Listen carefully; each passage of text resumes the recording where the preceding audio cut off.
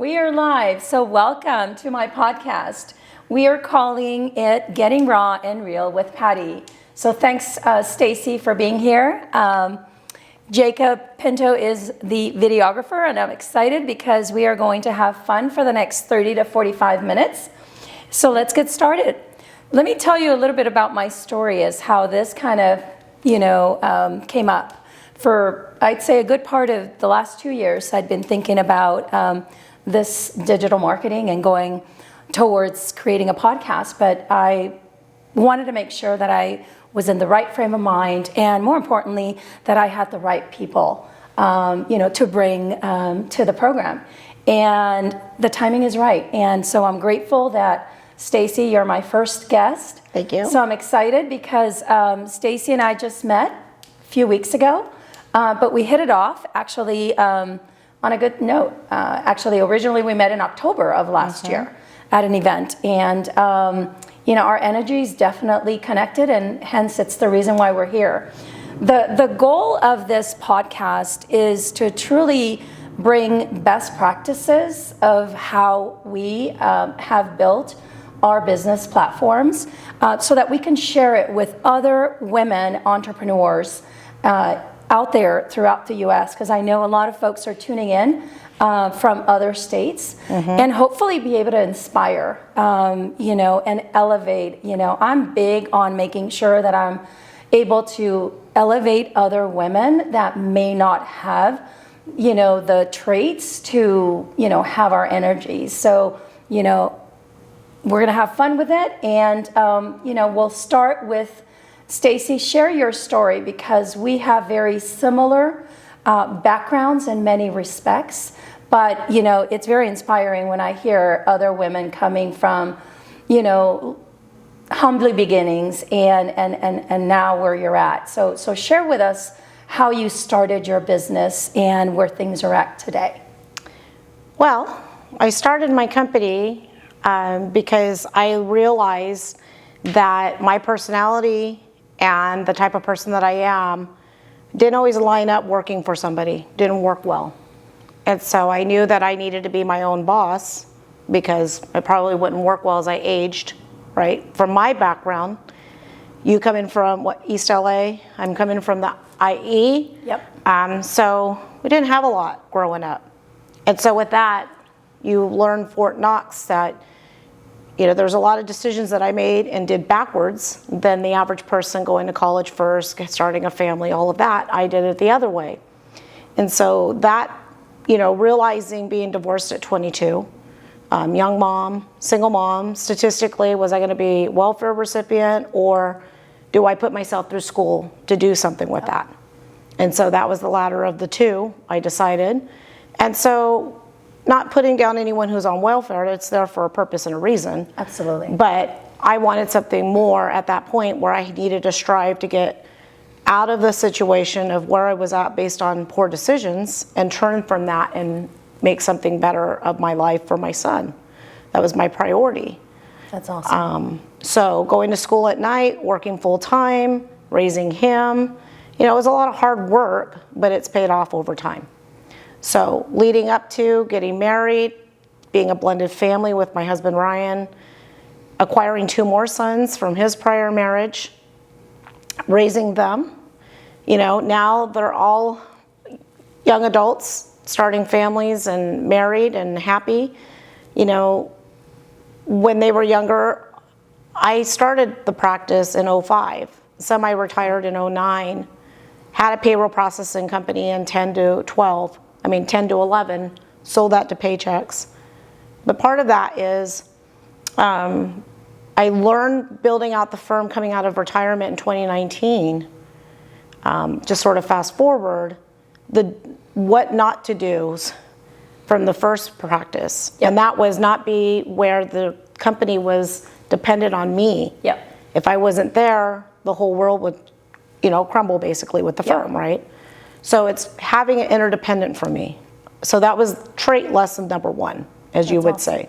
Yep. So, Well, isn't it funny how those failures, quote unquote, they really help you, have that energy within Yeah. to really not allow yourself to go through that again. You Well, know? the failures in my part, humbly saying this, Yeah. I mean, it's, people would say, oh, it's embarrassing. But I was about to lose my family because I was choosing work over my family. And so when you work until 2 or 3 in the morning and you're back in the office at 5 or 6, working, these long nights. I mean, I even had my own personal bathroom in my own office and a wardrobe in there, pretty much, was self-sufficient where I didn't really have to go home. But when your husband's coming in and clearing off your desk and bringing dinner and your kids to eat dinner with you at your desk as a table versus me being home, Yeah. that was a problem. And so I was missing out on my kids, and so I wanted to be home with them. So that's why in 2009 I closed, the office down and just took on more, just a small book, sold off, the rest of my business.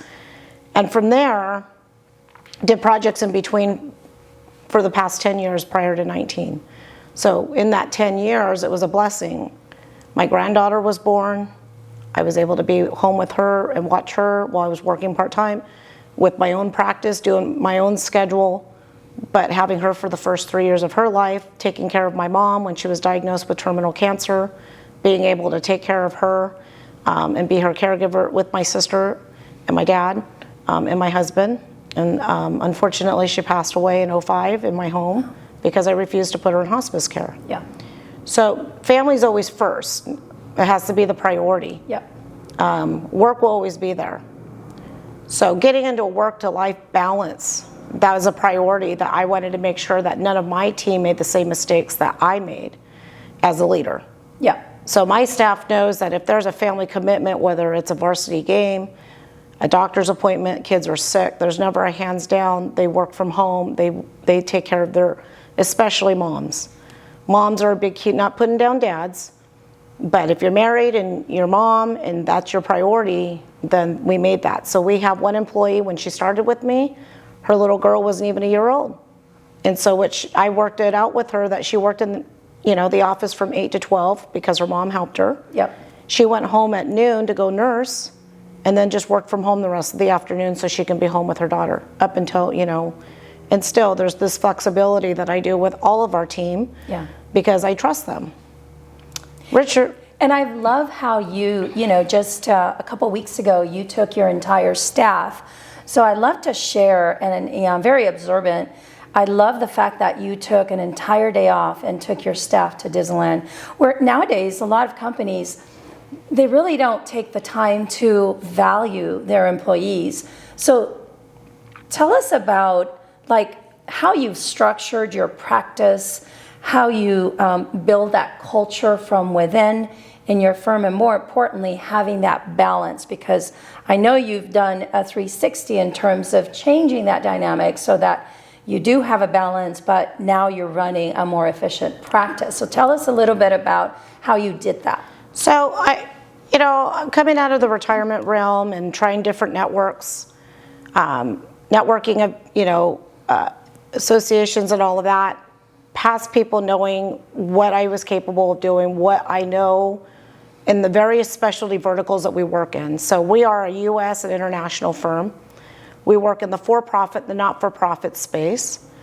We work in various specialty verticals such as PAC accounting, which is Political Action Committee accounting, and tax. A lot of not-for-profit agencies and agencies, they don't want to have that responsibility when they're the executive director. It's a huge high risk for them. It's easily that they can breach. There's accountability. So an internal person within an organization shouldn't be doing their own accounting. Yeah. Especially that type of accounting when you're getting donations and pledges or, raising funds in such a way for, advocacy. And so there should be an accountability, a transparency of what that accounting should look like. When we get into not-for-profit, the same thing. Any not-for-profit, any type of specialty accounting, it's its own set of rules. So those are areas that we thrive in. The international. So I have Jim Curtis, who is my partner on that, and he actually helps oversee that side for us and making sure our tax team is efficient. One of the other things that we specialize in, that people don't really realize, is we are special, a trustee accounting, which is fiduciary, conservatorship, receiverships, probate, so all of that type of work. And then on and on and on. You can go to our website and you can see all the various different specialties that we specialize in, vertical-wise. Perfect. Perfect. I also noticed that under your practice, I know having a good share of my clients that are business owners, you're able to set up LLCs, S Corps, C Corps, and that's really important, when someone is starting as a sole proprietor. Right. Is that also an area that we work with an attorney that we look at what's the best entity vehicle for that entrepreneur, that sole proprietor, anyone who wants to start a business. We look at what the short term and the big pictures, the small picture, big picture is going to be. Right. We look at the asset base and how that should be structured. We work with the attorneys so that we structure this company to be sufficient and successful in the very beginning coming out of the gate. Circling back to your last question about Disneyland, one of the things I really see and believe is, here's an example. I'm going to throw this out there. This isn't an endorsement for Richard Branson. He doesn't need any endorsements. Everybody knows who he is. But he wrote a book, Lost My Virginity. And in his book, and several of his other books, he repeats over and over the importance of your team. Team doesn't have the letter I in it. It has team, right? Yep. Which basically it sounds and rhymes with, right? Yep. So what's the really important thing is yes, I started the practice by myself. Yes, I got it to a certain point, and then I realized I needed a team member, and I needed another team member. And so the success of the firm isn't based off of what I've done. At this point now, I started that. I had a vision. I have a team who sees that vision, believes in that vision, and is helping me build out that vision. So Richard Branson once said, if you invest in your team, your employees, your clients will always be taken care of. Yep.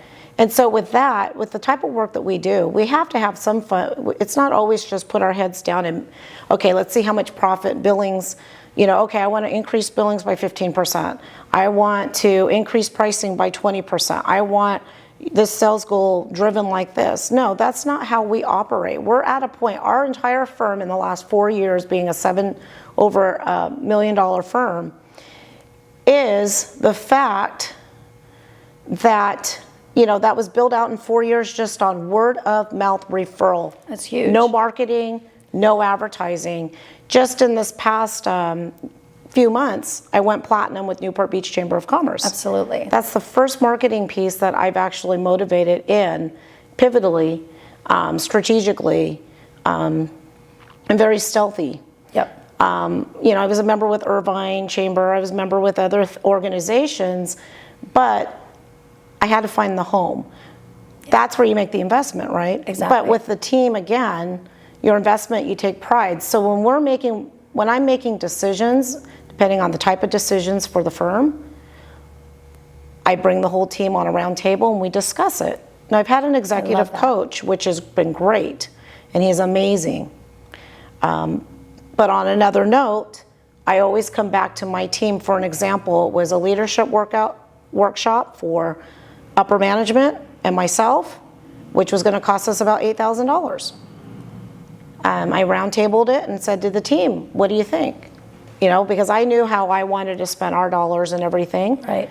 And they said, we don't feel the size of our firm is ready for that yet. We need, that's something more when you have about 25, 30 employees.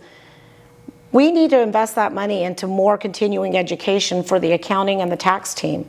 We need to put that capital into, our team so that we can become better. We can become bolder. We can become more around involvement for our clients to embrace them and what their needs are today, especially with all of these changes in the code and stuff like that between accounting and tax with GAAP and the code and Internal Revenue Code. I love how you shared that because, obviously very often I see a lot of businesses not making it beyond 5 years. Yeah. Because they somehow have this perception that, they have to either purchase leads, or that by joining a chamber per se, their phone is going to start blowing off the hook. Little do they know that, the activity starts with you, right? Because it's being just genuine, it's being transparent. I people know I'm that square peg in a round hole sometimes, because I'm very just direct. I'm very no nonsense, just right to the point. Yep. And some people don't know how to deal with that personality, which is okay. yeah, I'm not for everybody, but I'm okay with that. yeah, Not everybody's okay. I'm okay. Is for me. exactly. So that doesn't hurt my feelings, because we're in business. It's nothing personal. It's just business decisions, right? How do you overcome? Because I know, when I started in this business, I didn't come from a sales background. I came from an administrative. And it was very hard for me to wrap my head around going into, a sales-driven type of career. And my biggest cheerleader was always my husband. He's like, you're going to be great. You've got all the traits. And, of course, I would look at him and think, I have no idea where he's getting that, but he sees something I don't see. And I'm so glad I stuck through it, because I rose above it and I pivoted my mindset to really see that I was really helping people as opposed to selling. And once I started looking at it from that lens, it became a lot more fun because it was relatable. And I see the very same thing with you. You just said, you don't advertise. Your business model is referral based and based on more than likely grassroots events. And that's actually something that a lot of businesses don't really explore. No, we have a local community magazine that's in Nellie-Gal, Laguna Hills. Yep. And we have a little ad in there. I'm an expert writer, or one of the contributor article writers for that. It wasn't just because, hey, I'm going to put an ad in here, right? It's just support our community, let them know that we're here for community support.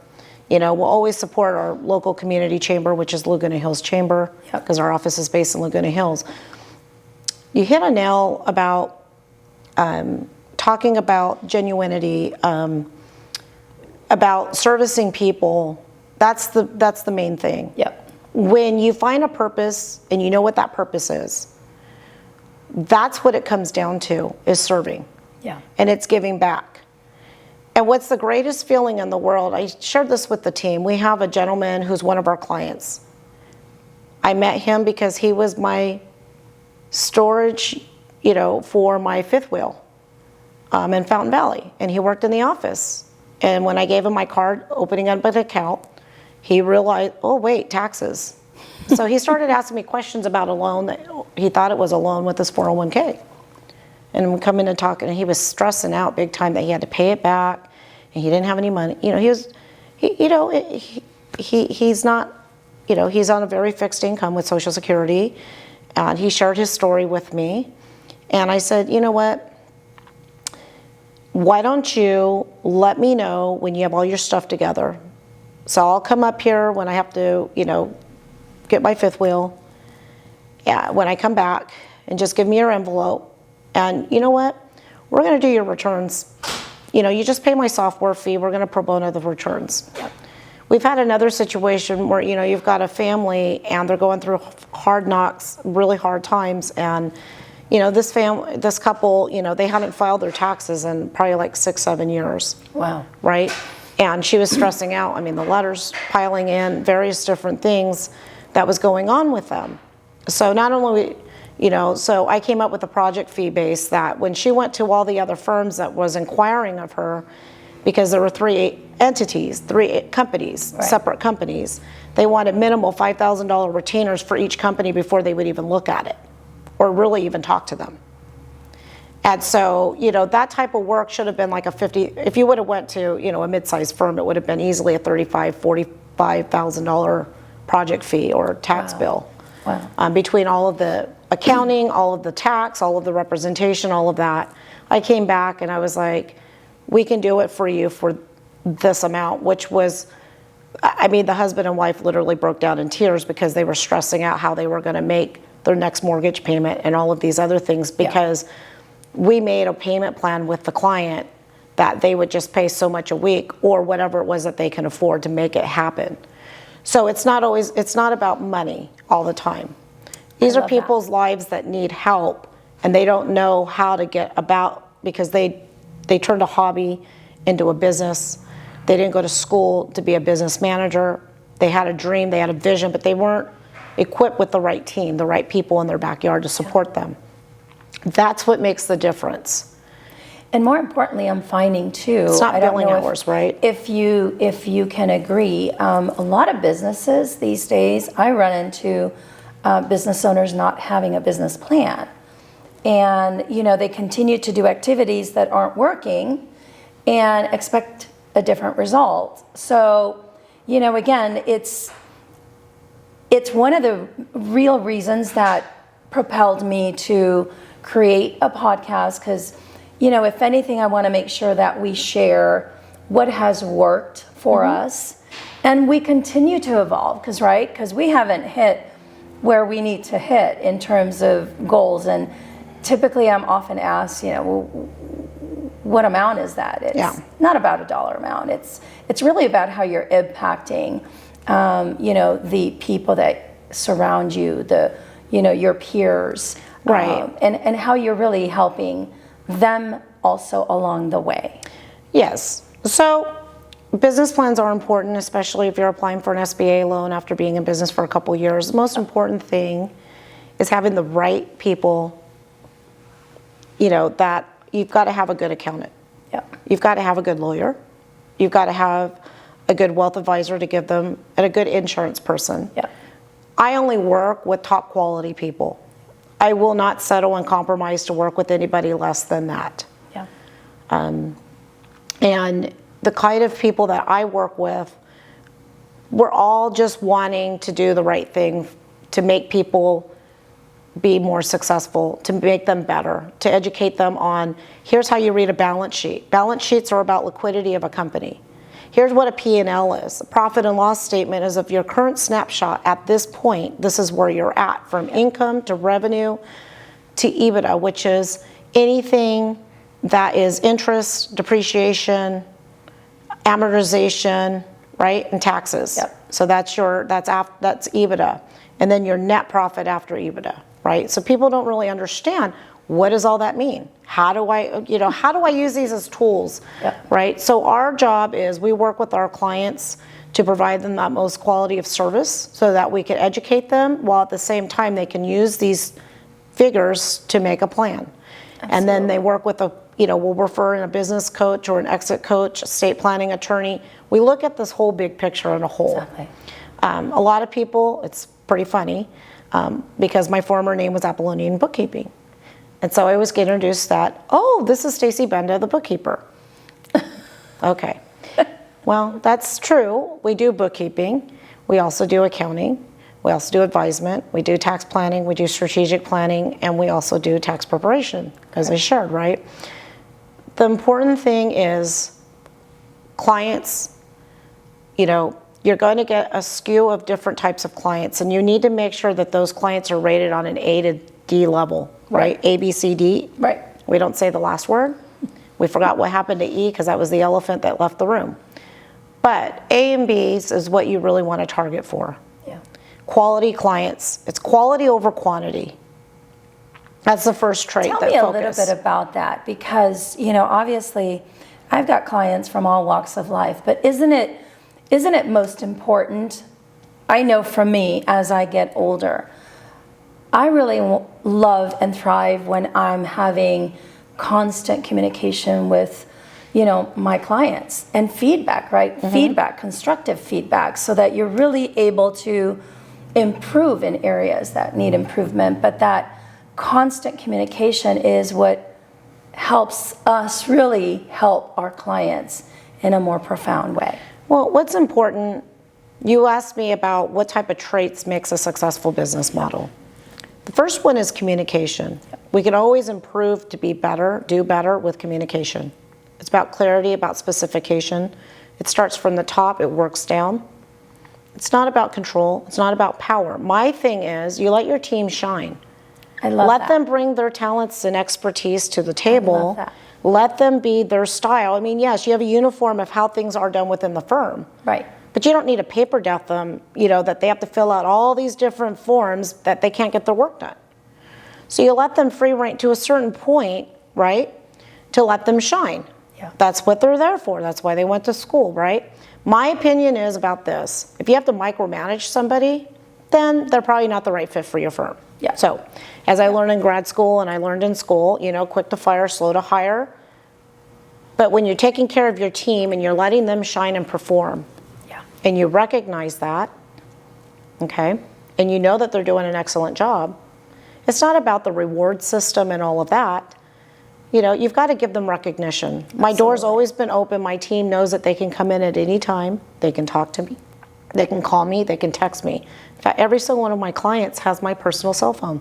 So they know they can text and call me they'll get a response. Yeah. We've got clients internationally that are in Australia, New Zealand, all over the place. And, they know sometimes, I don't always answer if it's like 2 a.m, but Right. if I hear my phone ding, then I'm probably going to say, hey, I'll give them some kind of acknowledgement, right? So, they say sleep's overrated, and I believe that sometimes.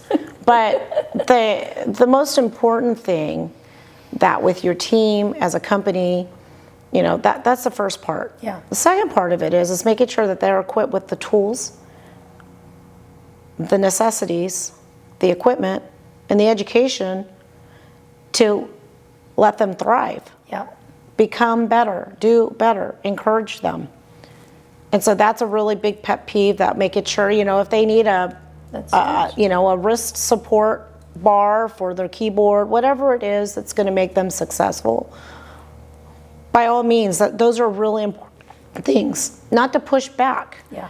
Let them prove their argument, but let them prove to you why, let them present to you why something can be done better, or, a different way. And by doing that, it's like, oh, hey, you know what? Look at this. Yeah. We were able to come out with this, and we can adopt that as, because their input's important. The other part of it is, as a leader, you got to admit when you make a mistake. Absolutely. You got to own it, apologize for it. Now, trust me, I make mistakes all the time. Sometimes I get short, but it's being humble to come back and apologize and let them see that rawness. Be a real person to your team. Absolutely. Don't walk by and don't say hi to your staff. No.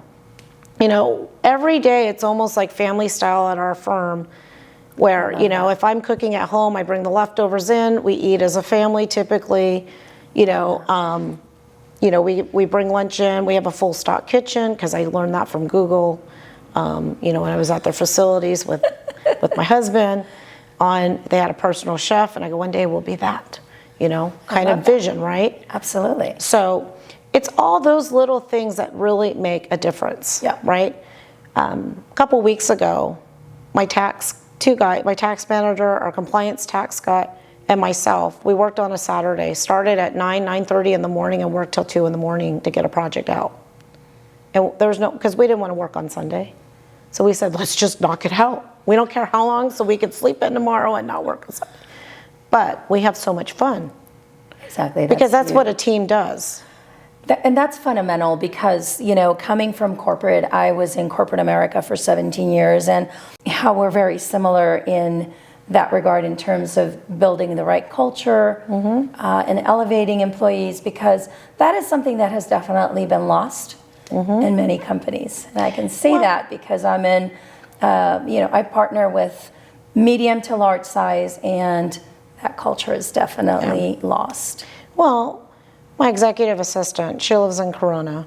She comes in, and we have it on where she comes in Monday through Wednesday, works from home if I need her, Thursday and Friday. But if we need her, if we have a special meeting, something like that, then she comes in. I'm very flexible with the schedule because I trust the team to get the work done. That's awesome. I don't worry about that part of it. the clients. Let's go back to client talk. Yep. Quality over quantity. Not everybody needs to be your client.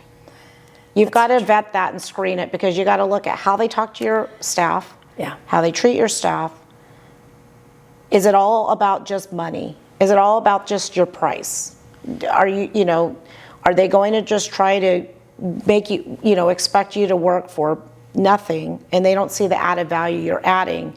They don't really care about, if they got a financial statement or not. They Right. don't really care. It's all about dollars, right? Yeah. For them. Those are probably not the right fit for us. Yeah. Those type of clients, because it's not about the money and the dollars, because we're very reasonable in our pricing, because I do benchmark our competitors. Yeah. I benchmark from the big four to the 10s to our current competitors, which in our vertical space, we're one of the unique firms. We're not a public CPA firm. We're a boutique accounting firm. And what was really nice is Cal CPA just recently acknowledged me personally as a member for not being a CPA. That's awesome. So that's a very unique position to be in. The other thing is having the word accounting in our name. State Board of Accountancy approved that based off how we present ourselves to them with what we're doing. Yep. We don't do financial audits, we don't do compilations, and we don't do reviews. We're not an A&A firm. We're not a public accounting firm. They can have all that kind of work. Trust me, I've done my audit years and hours. I've done all of that for not-for-profit and for-profit. If I wanted to right now, I could sit for the CPA exam and take that exam. Yep. Obviously, I've had to go through an FBI background check, right, in order for my Yep. firm under my name to have an EFIN filing number. Yep. So, for those that think that I'm not a big, that's not my problem, that's their problem, right? Yeah. But on a positive note, the greatest thing is people know the work that we do is of a quality deliverable. And so with that portraying, it's exciting when you see the team go, oh my gosh, we're at this point, we're at this point. We're anticipating with the way that our firm is growing right now, we will probably be a $6 million firm in the next 2 years. That's awesome. So, And I love or that more, because or even greater. what's the secret sauce? And I know, this is a common question because, we all want to be at that level of success, but I really think at the end of the day, there's really no secret sauce, but share how you've gone from 4 years ago to today. I mean, obviously, what specifically in brief would you say that, have given, obviously your team is a big player, Well, but you got to have thick skin. Business is business, personal is personal. Not everyone in this world is going to like you.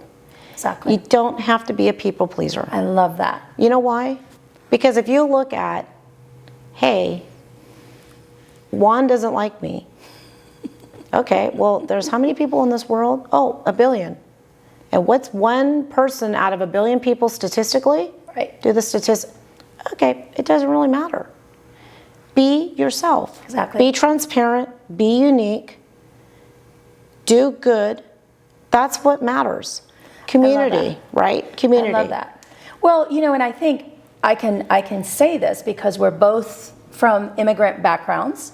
I'm not an And immigrant. you're not an immigrant. I'm an immigrant background, actually, from Central America. But, it's fair to say that, in the financial industry, it's very male dominated. So obviously, when I come in a room, I don't look the part, right? 5'2", Latina, Salvadorian. I don't fit that mold, but, that actually gives me fire from within because my approach to how I help my clients is quite unique. And it's what's gotten me to where I'm at today. Very similar to how, you run your practice, boutique style type of firm, very personalized. Well, that's an important thing. Yep. For me personally, when we hire someone, it's always about making sure they fit the team, Yep. regardless of the skill sets. I mean, they got to have skill sets. One of the things that hasn't been really formally announced until now is we've developed our firm a partnership with Saddleback College, that we've created an internship program with their School of Business. That's awesome. And if that works out very well, then we'll look at converting that to an apprenticeship program. And that's a really important thing for us, is bringing in the next future of what accountants are, quality accountants. Yep. We've had people apply with masters in accountancy, and we give them our little test, and literally out of 24 questions, they'll get 3 right. It's a little scary. But this is our next future, right? Yeah. So that's an important thing of being able, in a position to be able to give back to community. Sure. I grew up a little bit different. So my mom, I don't know if that's a migrant, but she came in from Canada. My dad is a U.S. veteran for the Navy, United States Navy. Our oldest son is actually a U.S. active airman with the United States Air Force. So the way I was raised is pretty much military style, black and white. There's no gray. And that discipline has rubbed and paid off over time to remain focused. I share with a lot of people who get intimidated or the confidence, evaluate your friends list and the people that you surround yourself in business. Evaluate that list of people that's in your day-to-day life and reevaluate that really hard. Yeah. Are they encouraging to you? Are they uplifting to you? Are they, supportive to you? Family and friends, you've got to look at this list. Now, I've gone through a lot of crap between family and friends, and let me tell you, I've removed them from my epicenter. Now, I'll love them from afar, and I'll pray from them from afar, but I don't need them in my day-to-day life. I love that. It's unfortunate, but I'm not saying they're bad people. Right. They're excellent, great people. But their insecurities and their own tweaks just don't align up to my stars, and I don't need that in my life where I'm at today. Now, maybe in another season. We're talking about the noise. I always, I always talk socially on Facebook. I think in the last year, I've blocked more people than ever. And it's so powerful because you've got to shut up that noise so that you don't get distracted. Well, my husband always said, you're this little social butterfly. You'd have these parties and you'd have 50 people in our home, and it's like, dear Lord, I don't even know how half these people are, right? Kind of thing. Yep. To now where it's so funny because now it's like, okay, no more than like 10. Yeah. Maybe 15 top. Because it's all about quality of life, quality of people, quality of food, drinks. When you said El Salvadorian, I thought Bambosas.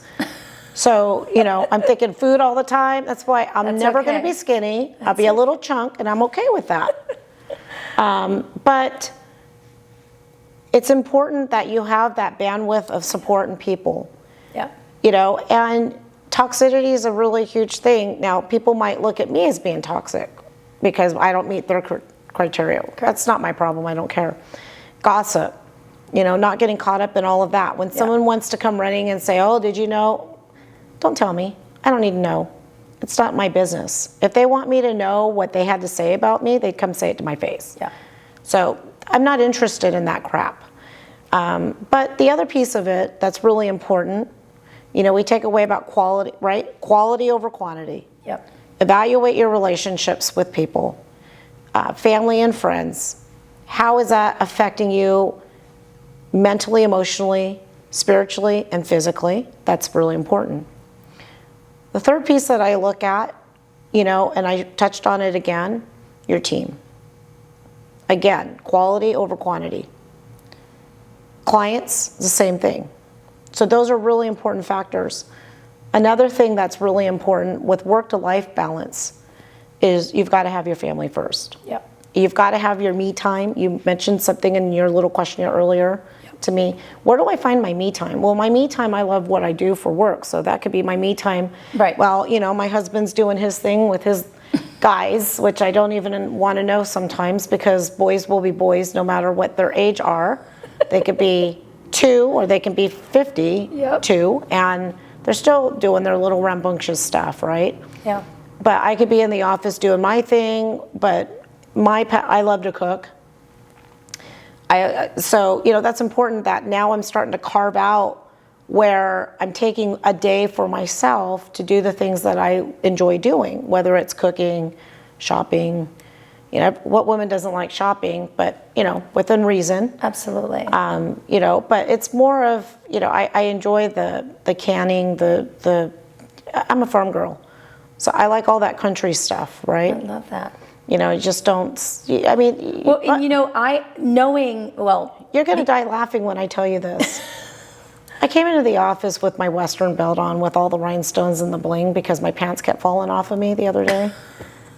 And literally Roberto, my tax manager, looked at me and was like, wow, that's a nice belt. It's pretty bling. I was like, well, that was the only thing I could find at the moment because I got rid of all my belts. Oh my gosh. So, it's still, but if you come to my office, depending on who you are, I mean, not necessarily I'm dressed like this all the time.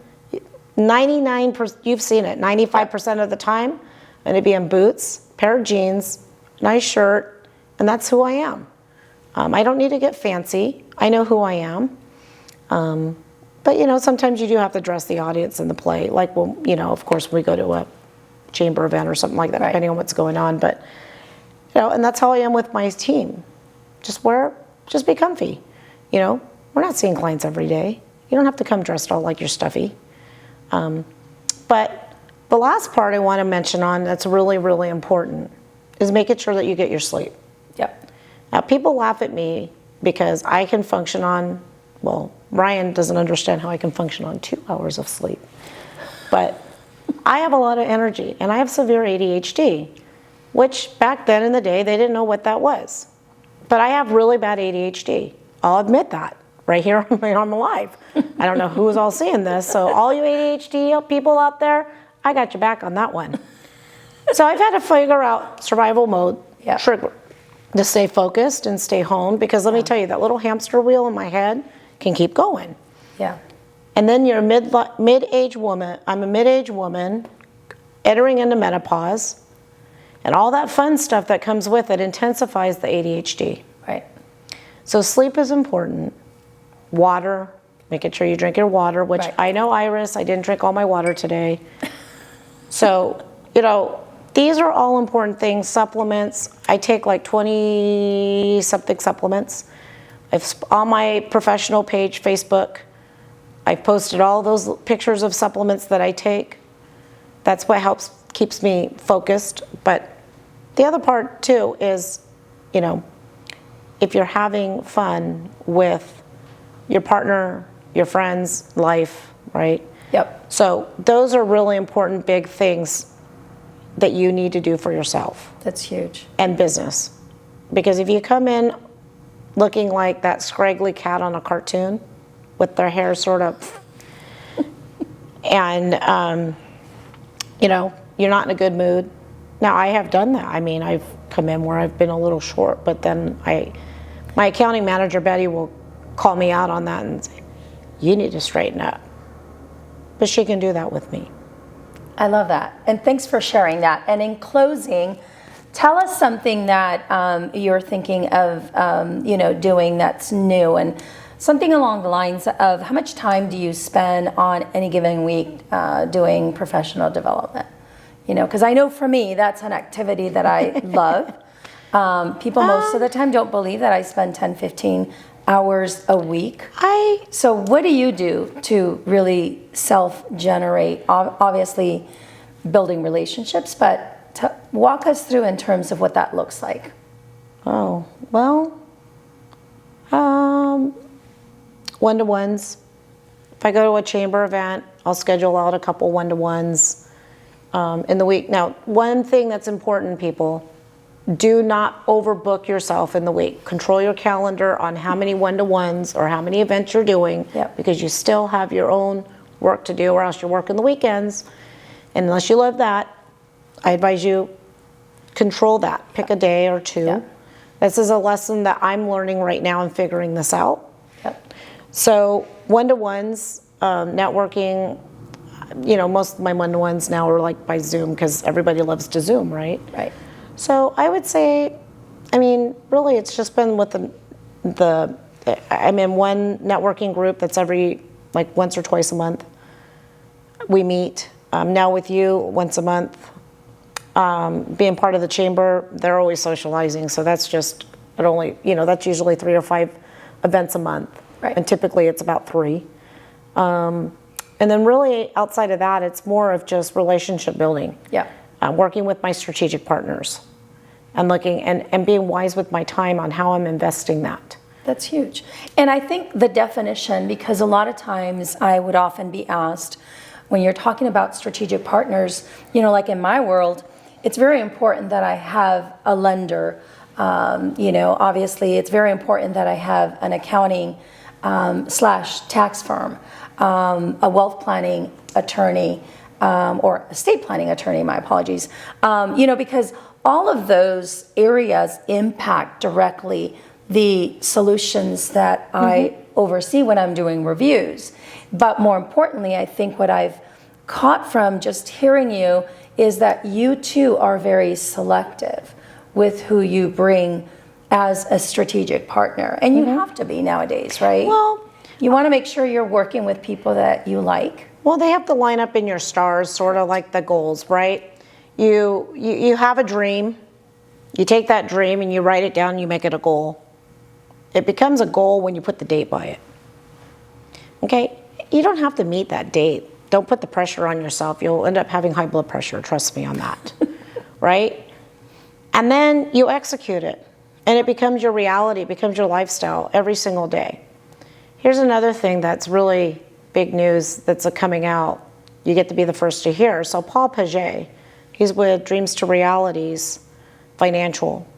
My firm was selected by 5 interviews. He's interviewed 5 other firms to partner up with him for not only for ERC credit, but for exclusive accounting and tax referrals from his institute with his partners. Paul Paget is very well known. He's an ambassador to the United Nations. He is the chief director of marine life operations for National Geographic.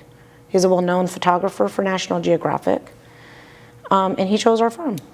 And what came down to it wasn't just the fact that I had him laughing through 3/4 of our conversation, talking about, hey, when you're in town, let's go to the shooting range, because that's my way of entertainment, by the way. I'm not your normal Orange County chica. I don't have the fillers, but I'll go to the shooting range with you. But it came down to, what's your favorite food? No, I'm just kidding. Not your favorite food, but that was one subject. Yeah. But what it came down to was just being real, just being yourself. You don't have to impress me. I'm not going to judge you. I'm not here to judge you. God can do that when you get in front of him. I just want to make you know that you can be better, become better, and figure out what your purpose is. And whatever that purpose is now becomes the reality soon to be for your life. And so that's where Paul and I seen our stars align up to, right? And so with that, we've got a big, huge marketing thing that's exploding this week. That's a takeoff.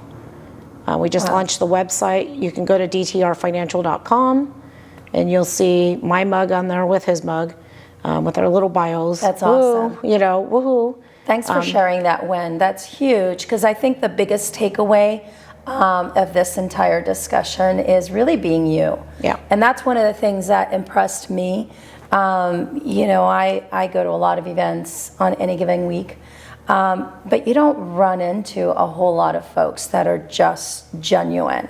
So it's refreshing to hear you say that, because, where I come from, very much, in the same breath where, I'm different. I don't fit the mold of the Orange County or the financial industry, and that's okay. That actually gives me more fuel to be different, because most of my clients really see the good that I bring, because I handhold them through the process. I just sort of chuckle because, we're from the hood, as I say. We didn't grow up in the, Fruity Pebbles. Absolutely. Cobblestone streets kind of thing. Absolutely. So, And that's okay. That's what makes us my dad unique. when I was growing up, my dad just looked at us. It didn't care if you were male, female, whatever you want to call yourself. If you had healthy limbs, and you can swing a shovel and wear boots and a hat and get up at 3:30, 4 a.m., well, then you know what? You're going to go to work before school and after school. Yeah. That was just the way it was. So I'm going to just say it like this. I've shoveled enough shit in my life that I never want to look at another shovel again. Exactly. Right? Amen to that. I mean, my Christmas gift one year was a post hole digger with a red bow on it. So that's not, you know, just people are probably going to laugh at that. And hard to believe. Yes, I have calluses on my hands, but, you know, but that's what makes it more real. Yeah. That makes you incentivized to do more. Absolutely. To not have to do that, right? Absolutely. So at the end of the day, what really comes down to is people. It's relationships, because one day when you die, it's not your Bentley, it's not your Benz, it's not your home. You know, it's about the people who are going to be around you, Yep. enjoying good food, quality time, right? Absolutely. And making final memories together, or looking at what legacy did you leave behind. Absolutely. What's the best way, Stacy, for people to reach out to you? I mean, I know you're in my Facebook, so for all those tuning in on Facebook, Stacy is on my Facebook, but you know, what would you say? Obviously, you're on LinkedIn. What's the best medium in social media for folks to contact you? Well, for social media, I mean, you can go to my LinkedIn page, find me on there, send a message, or it has our firm's information, contact, call our office. Perfect. Go to our website. We have a contact us page. You can always reach us through that, or just pick up the phone, give us a call. My email address, I believe, is on my LinkedIn page. If it's not, whatever email address is on there, I can't remember off the top of my head at the moment what's there. My marketing team's handling all of that stuff, right? That's awesome. I don't get really into a whole lot of social media because it's a time-consuming pit. Yes. Just like games and stuff like that. I Absolutely. don't like watching a lot of TV. I don't like to watch the news. I like to just select what articles I'm going to read. So I'm very careful about what I put in my brain. That's huge. Thank you for sharing that. And that's, you know, reading, always educating, doing something like that. But Perfect. Well, thank you. With that, we'll wrap. It's been a great hour spending with you, and tune in for our next talk. So thank you so much, my friend, welcome. for being here. Yes.